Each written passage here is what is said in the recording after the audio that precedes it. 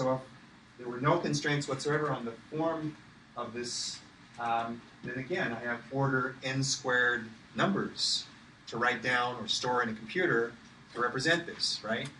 So you can think of it as a table.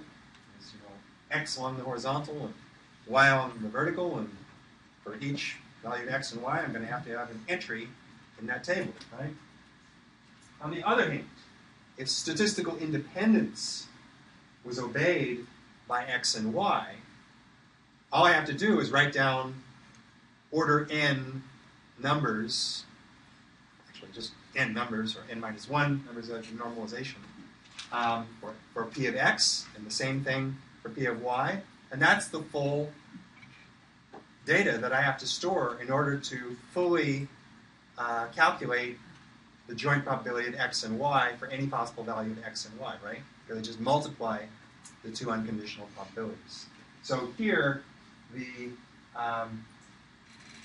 actual amount of data storage and the equivalently degrees of freedom involved in under statistical independence would just be order n. Okay?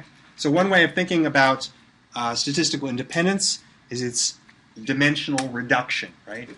This looks like a two-dimensional object, but if it's obeying statistical independence, then it's just two one-dimensional objects is one way of thinking about it. So it basically has a computational complexity of only linear.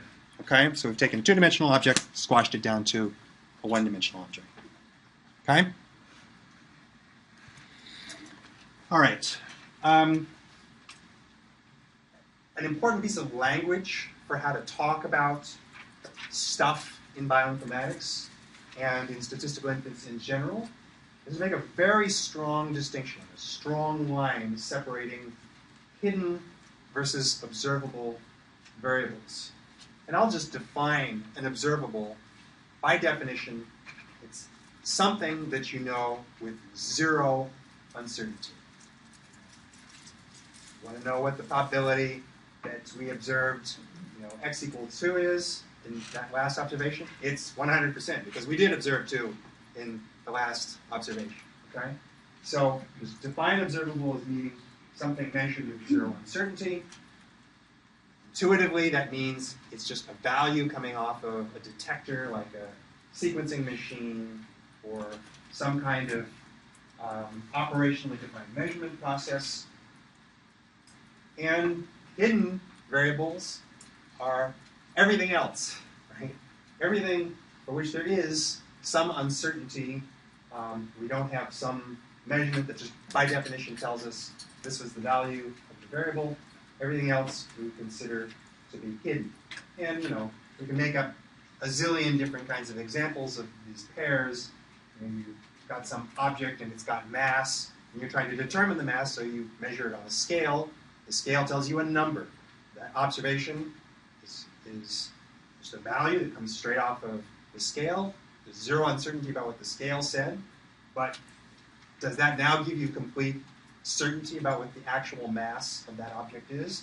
Well, it hopefully gives you a pretty tight probability distribution around that observed value, but you still have uncertainty about measurement error, how accurate is the scale, blah, blah, blah, blah, right?